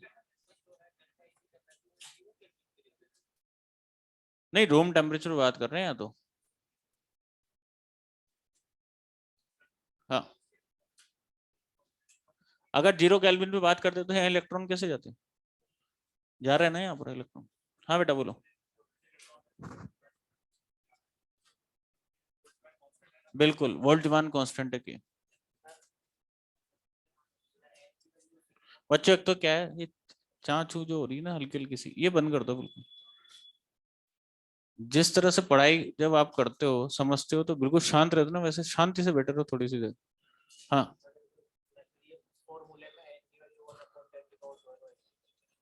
किस फॉर्मूले में? वो सब निकाल लिया इन्होंने प्रैक्टिकली। 10 की पावर 12 का क्रिस्टल लिया था, वो अपने को मतलब नहीं है, उससे आ गया ये। बस लिख लो। बहुत कम इलेक्ट्रॉन जा पाते हैं, बताना चाहते हैं। ठीक है ना? रूम टेम्परेचर अगर वहां रखोगे, डेल्टा Eg रखोगे, तो इतने क्रिस्टल के लिए 1 इलेक्ट्रॉन फ्री हुआ था बस अपने। वो प्रैक्टिकल ऑब्जर्वेशन है उनके, आया उस फॉर्मूले से था, प्रैक्टिकली देखा था। क्या कह रहा हूँ, वो प्रैक्टिकली कैलकुलेट किया हुआ है, इसलिए लिख लो, परेशान ना हो। ये छाप लो जो लिखा हुआ। इससे क्या कहना चाहते हैं, बस ये समझो मेन बात। इससे कहना चाहते हैं बहुत कम इलेक्ट्रॉन जाते हैं, इतने सारे एटम से एक ही जा पाया था सर। बस ये कहना चाहता है रिलेशन। एग्जाम में जब रिलेशन पूछा था ना बच्चों, 4 ऑप्शन दिए थे, करेक्ट ऑप्शन पूछा था। तो यहाँ पर आपके 3/2, 1/2, 5/2 कर दिया था। यहाँ KT, 2KT, 3KT, 5, ये रिलेशन पता होना चाहिए, और ये पता होना चाहिए कितने गए थे। आप उन्हीं कैलकुलेट कर सकते हो उसमें। उसमें तो वैसे ऑलरेडी फ्री होते हैं। अरे यहाँ तो डेल्टा Eg कितना है, तो यहाँ तो ऑलरेडी फ्री इलेक्ट्रॉन मिलेंगे, तो प्रोबेबिलिटी कैसे बताओगे आप? वैसे ही फ्री है। प्रोबेबिलिटी बता रहा है सेमीकंडक्टर्स के लिए। इंसुलेटर में भी नहीं पहुंचते, रूम टेम्परेचर उससे ज्यादा पर। तो ये सेमीकंडक्टर्स के लिए। पहले तो शांत हो जाइए बच्चों प्लीज। हाँ, अब बोलिए जिसको पूछना है। पीछे, पीछे बालक, खोपड़ा सीधा। हाँ, टी टेम्परेचर केल्विन में है, रखो ना केल्विन में। ये केल्विन, ये जूल पर केल्विन, और ये केल्विन, ये जूल में रखना। तो सब एक ही यूनिट में रखना पड़ेगा आपको। आपको रखना नहीं है, सॉल्व नहीं करना। एम्स में पूछा था और रिलेशन, इसलिए ध्यान रखना है। ये सब कुछ हो गया बच्चों, आराम से नोट करें बिल्कुल।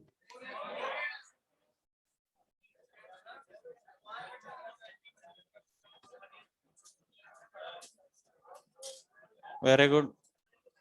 देखो ऑनलाइन वाले बच्चे भी एनसीईआरटी लेके बैठे हुए हैं और कह रहे हैं सर मजे आ गया, एनसीईआरटी लेके बैठे हैं, एक एक लाइन समझ में आ गई है। चलिए, ए आपके पास जैसे क्रिस्टल का कांस्टेंट होता है, लैटिक कांस्टेंट उसको बोलते हैं, यहाँ प्रोपोर्शनलिटी कांस्टेंट आप मान लीजिए, क्रिस्टल कांस्टेंट है, कांस्टेंट है, बस फॉर्मूला ध्यान रखना। अरे हो गया कंप्लीट।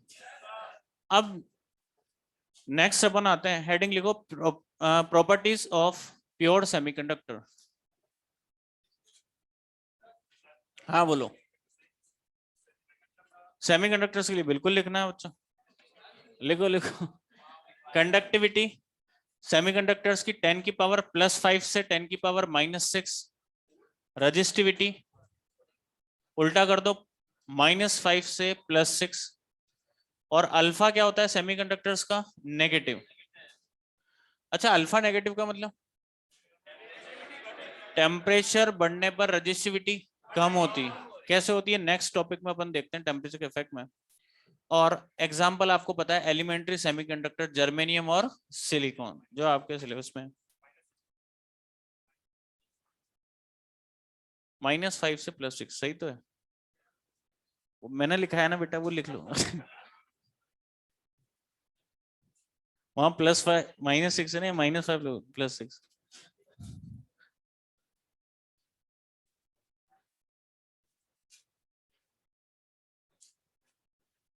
अब हेडिंग लिखिए, लिख लिया था क्या अभी आपने हेडिंग?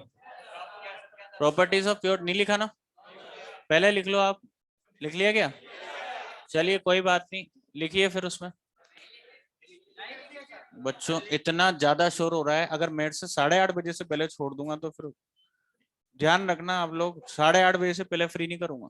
शांति से बैठा तो रहा करो, लिख लिया नहीं लिखा हर चीज को बताने की जरूरत नहीं है, शांति से बैठे रहो आप लोग। लिखिए प्रॉपर्टीज ऑफ प्योर सेमीकंडक्टर। जबरदस्ती आप अपना समय खराब करते हो बच्चों।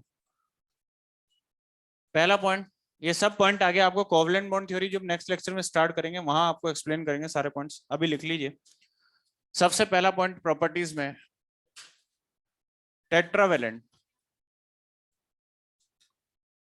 आप सब जानते हो कार्बन, सिलिकॉन, जर्मेनियम, एसएन, इन सब के आउटर शेल में कितने? 4 इलेक्ट्रॉन, इनको बोलते हैं टेट्रावेलेंट। और ब्रैकेट में लिखना 14 ग्रुप में fourth A group element, fourth A group element, fourth A group element. Next, next point लिखना कोवलेंट बॉन्डिंग, कोवलेंट बॉन्डिंग। इनमें कौन सी बॉन्ड मिलते हैं? Covalent bond. जब कोवलेंट बॉन्ड थ्योरी पढ़ेंगे तब बताएंगे सब पॉइंट। नेक्स्ट, कोवलेंट बॉन्डिंग के बाद थर्ड पॉइंट लिखना charge carrier electrons and holes,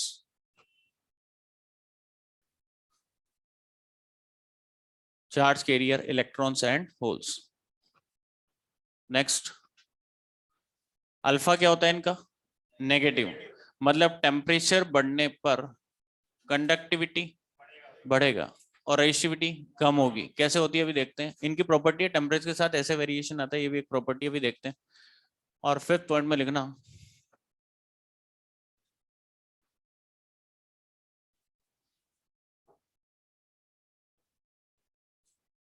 after adding impurity,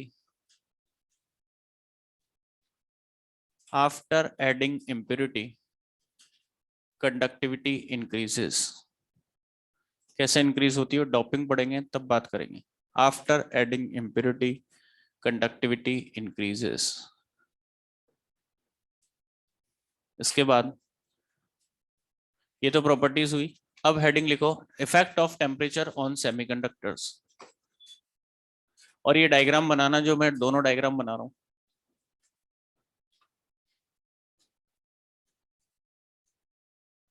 ये दोनों डायग्राम कंप्लीट करो, एक 0 केल्विन पर, एक रूम टेम्परेचर पर।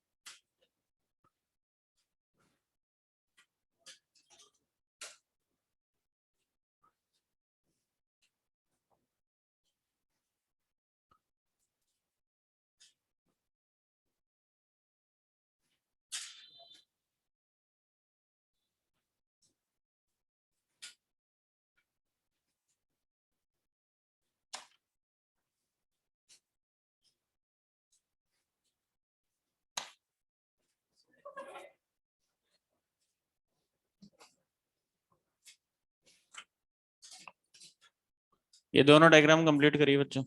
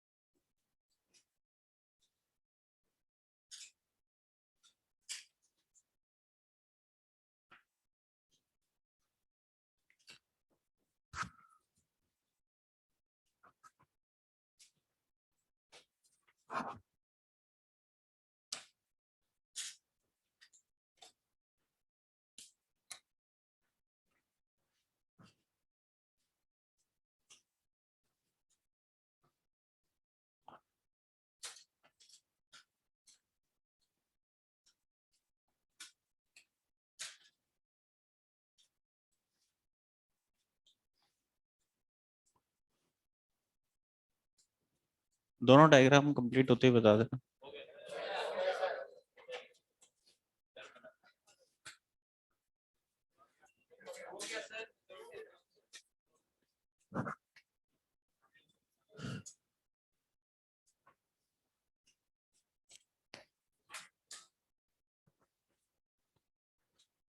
करें स्टार्ट। अब ध्यान से समझना, फिर इधर अपना कंसंट्रेशन लाइए और सुनिए, हर पॉइंट ढंग से सुनना। बताइए, 0 केल्विन पर बात करें, वैलेंस बैंड में बॉन्डेड इलेक्ट्रॉन या फ्री? बॉन्डेड। बॉन्डेड इलेक्ट्रॉन हमें मिलते हैं 0 केल्विन पर, वैलेंस बैंड कंप्लीटली फिल्ड। अभी मैंने आप लोगों को बताया था foreign electron foreign states completely filled. 0 kelvin पर conduction band completely empty, foreign state से 0 इलेक्ट्रॉन है completely empty. Due to absence of free electron in conduction band this semiconductor behave as perfect insulate. अभी तो ये semiconductor insulator की तरह behave कर रहा है। देखो 0 केल्विन पर सेमीकंडक्टर किसकी तरह बिहेव करता है? Perfect insulator. ये परफेक्ट इंसुलेटर की तरह बिहेव कर रहा है 0 केल्विन। अभी लिख लेना, बाद में पहले समझ लो। अब देखो, रूम टेम्परेचर पर क्या होता है, इन इलेक्ट्रॉन्स को मिलती है थर्मल एनर्जी, और कुछ इलेक्ट्रॉन, मैंने कहा था बहुत कम इलेक्ट्रॉन पहुंच पाते हैं, कुछ इलेक्ट्रॉन्स एनर्जी गेन करते हैं, और गेन करके थर्मल एनर्जी को वैलेंस बैंड से कहा जाते हैं कंडक्शन बैंड। यहाँ कौन से इलेक्ट्रॉन मिलते हैं? बॉन्डेड। अगर बॉन्डेड इलेक्ट्रॉन बॉन्ड तोड़ के यहाँ से यहाँ जाएगा तो क्या बॉन्डेड की जगह एक वैकेंट स्पेस बनेगा, और उस वैकेंट स्पेस को होल। अब इसे क्या डिफाइन किया है, सुनिए। When electron jump from valence band to the conduction, there will be a vacancy और deficiency of electron in valence band is known as hole. तो होल्स हमेशा कहां मिलेंगे? Valence band. और फ्री इलेक्ट्रॉन्स कंडक्शन बैंड। अच्छा बताइए, 0 kelvin पर conduction band में कितने इलेक्ट्रॉन? 0। क्या टेम्परेचर बढ़ने से नंबर ऑफ फ्री इलेक्ट्रॉन्स बढ़े? और नंबर ऑफ फ्री इलेक्ट्रॉन बढ़ेंगे तो करंट बढ़ेगा, कंडक्टिविटी। टेम्परेचर बढ़ने से कंडक्टिविटी बढ़ रही है और रेजिस्टिविटी कम हो। टेम्परेचर बढ़ने से रेजिस्टिविटी कम, अल्फा नेगेटिव। किसके केस में? सेमीकंडक्टर। अल्फा हमारे पास होता है बच्चों नेगेटिव। मतलब अगर सेमीकंडक्टर्स की अगर आप बात करोगे, टेम्परेचर इंक्रीज करने से रेजिस्टिविटी क्या होगी? डिक्रीज। किसके केस में? सेमीकंडक्टर्स के केस में।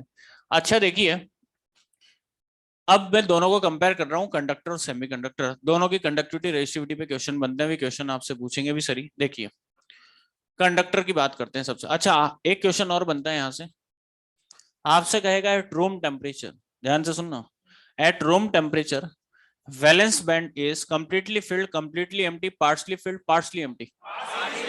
पार्शली, पार्शली एम्प्टी होता है, ध्यान रखना। मैंने अभी आपको एक पॉइंट बताया था, बहुत कम इलेक्ट्रॉन ऐसे होते हैं जो वैलेंस से कंडक्शन में जा पाते हैं। 10⁻12 में से एक इलेक्ट्रॉन फ्री हो पाता है।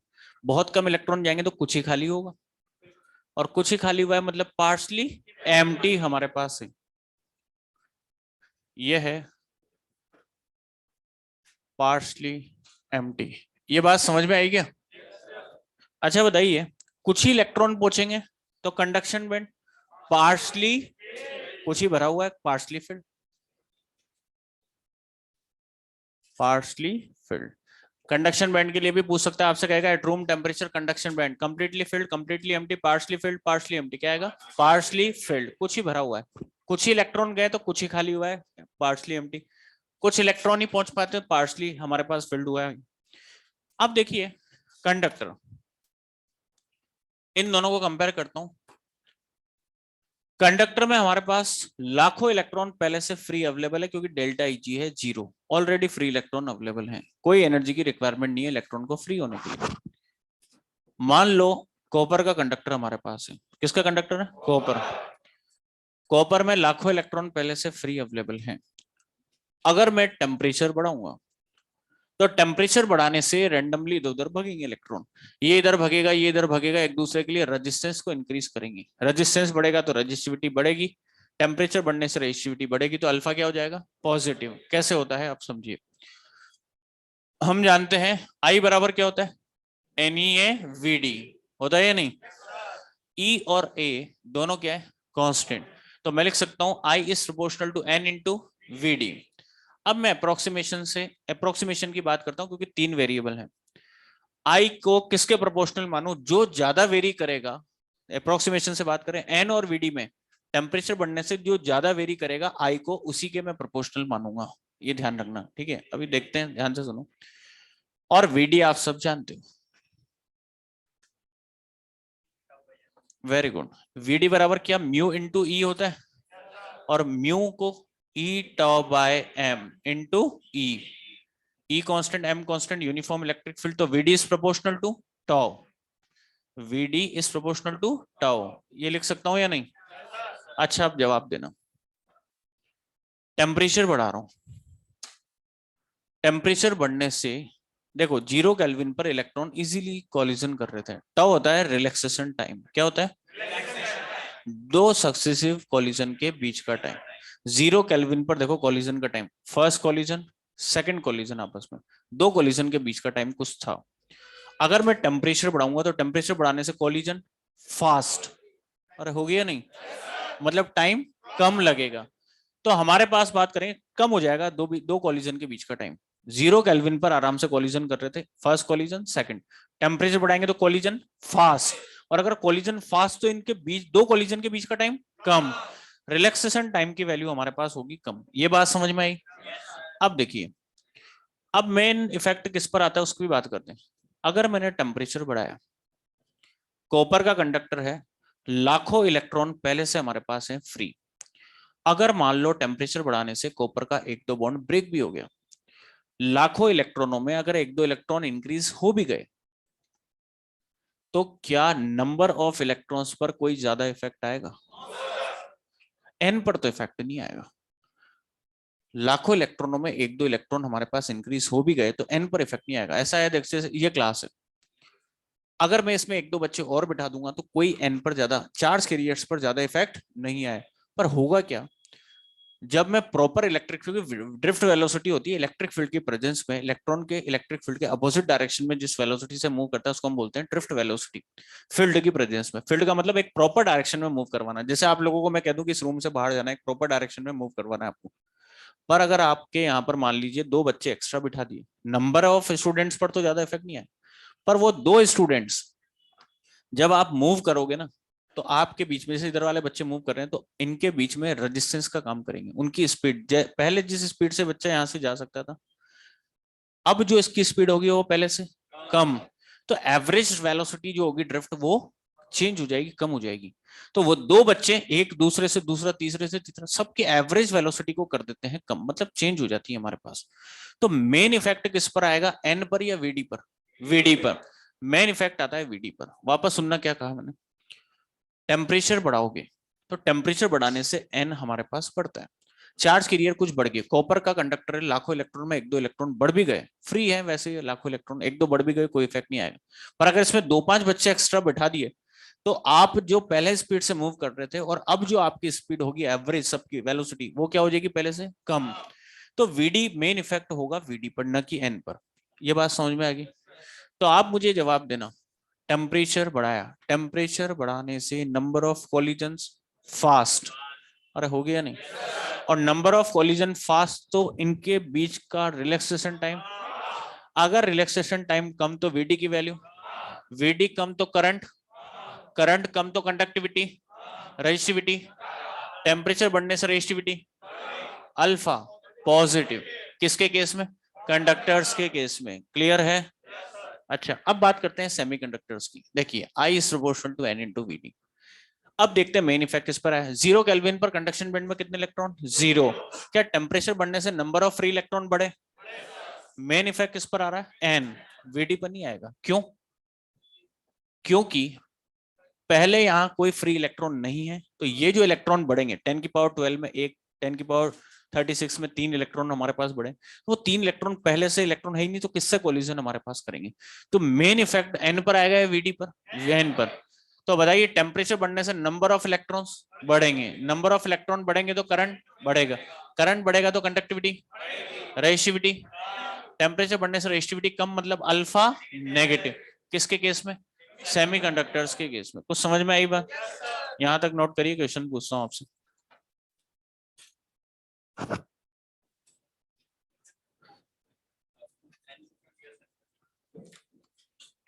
क्योंकि बेटा 0 केल्विन पर कोई इलेक्ट्रॉन नहीं थे, टेम्परेचर बढ़ने से मेन इफेक्ट किस पर है? एन पर, नंबर ऑफ इलेक्ट्रॉन बढ़ रहे हैं इसलिए।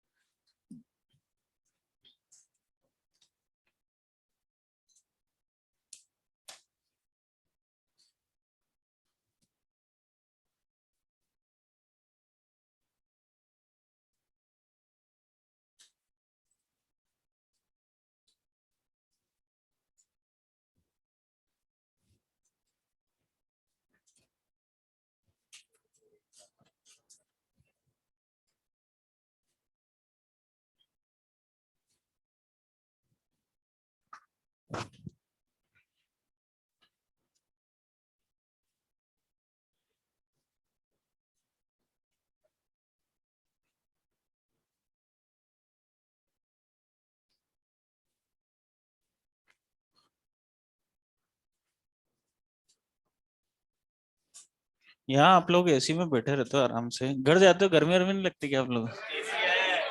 ऐसी है? अरे को ऐसी है सर, पर चलाते नहीं है घर पे। ये घूम रहा हो ना बेटा, इसलिए। होता क्या है बच्चों, हमें जो है, हमें टाइम जो है ना, वो नहीं मिलता है पूरे टाइम, यहाँ एलन में ही हो जाता है। और थोड़ा बहुत, थोड़ा सा अपने शरीर का ध्यान अगर नहीं देंगे ना।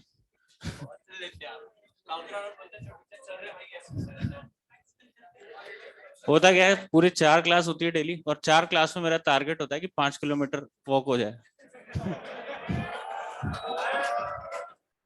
टाइम का यूज। बिहार वाले बच्चे क्या होते हैं, बहुत एनर्जेटिक होते हैं। ये अगर आप ये एनर्जी सही डायरेक्शन में लगाओगे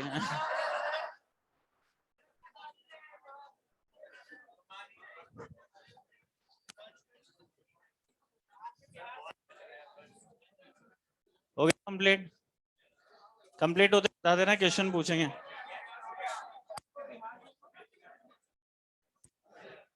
ऐसा है, से आपको ये सीख मिलती है जो मैं आपको बता रहा हूँ। मैं वर्क कर रहा हूँ ना, 5 किलोमीटर टारगेट रहता है, वो ऑलमोस्ट हो चुका है। तो भाई 1.5 घंटे की क्लास होती है, 1.5 घंटे में कम से कम 15-20 मिनट तो घूमेंगे, और 15-20 मिनट अगर एक क्लास में 1 घंटे में लगभग 5 किलोमीटर हो जाता है कंप्लीट। आप लोगों को भी ये रहना चाहिए कि यहाँ पर अगर आप आ रहे हो ना, टाइम को यूटिलाइज करो। मैंने यूज कर लिया टाइम को, मैं घूम लिया, कोई हेल्थ में वेरिएशन आता ही नहीं, ऑलमोस्ट वेट नहीं रहता है जितना है। ठीक है ना? आप लोग क्या करिए, टाइम को यूज लीजिए। आप भी अब क्या करिए, यहाँ बैठे हो 7 घंटे 8 घंटे स्टडी कर रहे हो, तो 7 घंटे में अगर आधा घंटा भी आप कैलकुलेट, यस, यहाँ टाइम निकाल लिया, क्वेश्चन सॉल्व कर, एनसीईआरटी रीडिंग मार्केट जो चल रहा है उसका एनसीईआरटी पढ़ लिया साथ के साथ, जो डाउट्स है कंप्लीट बाहर तुरंत लिए, तो आपका टाइम भी बचेगा। और वो आपका टाइम अगर बचा है, वो आपका कॉन्फिडेंस बढ़ाएगा। कॉन्फिडेंस बढ़ गया तो कॉन्फिडेंस सिलेक्शन तक ले जाता है। समझ में आ रही है बात? ये क्वेश्चन पूछूं मैं आप लोगों से, जो पढ़ा इस पे क्वेश्चन पूछ जवाब दीजिए, कोई बात नहीं।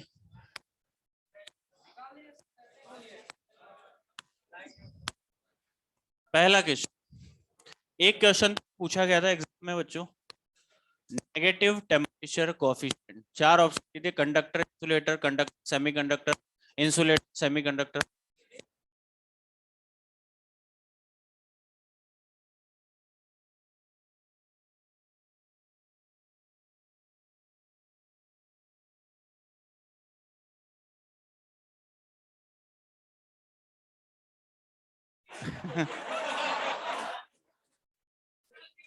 चलिए,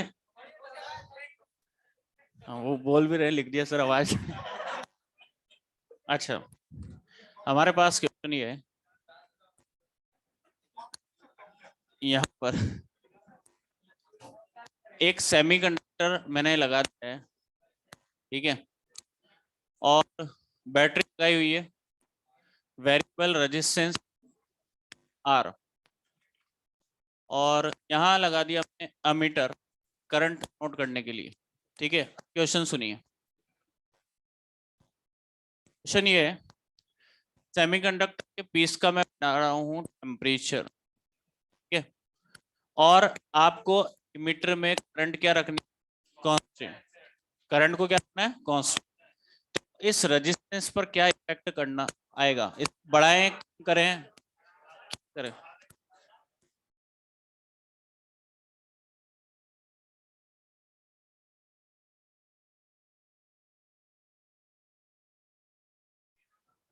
क्वेश्चन वापस सुनना, क्या कहा, क्वेश्चन है कि अगर सेमीकंडक्टर जो हमारे पास पीस लगा हुआ है इसका टेम्परेचर इंक्रीज करें और एमीटर में करंट को रखना है कांस्टेंट, तो इस रेजिस्टेंस को इंक्रीज डिक्रीज रिमेन सेम क्या होगा, वेरी गुड, क्योंकि सेमीकंडक्टर में टेम्परेचर बढ़ाएंगे तो कंडक्टिविटी बड़ा खराब है क्या, बढ़ेगी।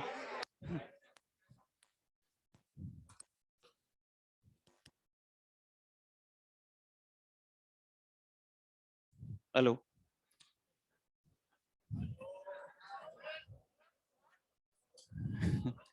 वो आप लोगों का दिक्कत नहीं है, होता क्या है, आप 1:45 से कंटिन्यू पढ़ते हो तो लास्ट में जाते तो खोपड़ा काम करना।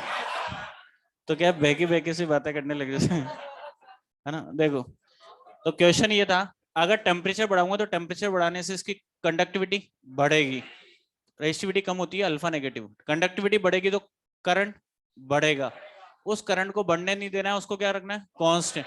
तो अगर करंट बढ़ी है तो रेजिस्टेंस को कम करना है, नहीं, करंट को कम करना है तो रेजिस्टेंस को बढ़ाना पड़ेगा। समझ में आ गया?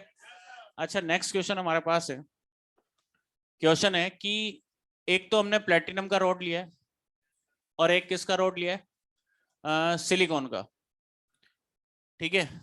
क्वेश्चन ये है कि अगर इसका टेम्परेचर दोनों का डिक्रीज किया जाए तो इनके रेजिस्टेंस पर क्या इफेक्ट पड़ेगा, टेम्परेचर डिक्रीज कर रहे हैं,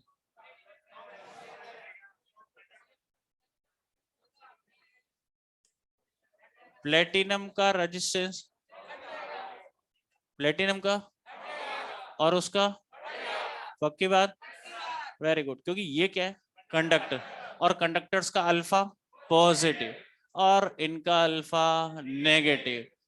अल्फा पॉजिटिव का मतलब टेम्परेचर बढ़ेगा तो रेजिस्टिविटी बढ़ेगी, अरे टेम्परेचर बढ़ने से रेजिस्टिविटी बढ़ेगी, और इनका टेम्परेचर बढ़ेगा तो रेजिस्टिविटी कम होगी, अल्फा नेगेटिव का मतलब ये होता है।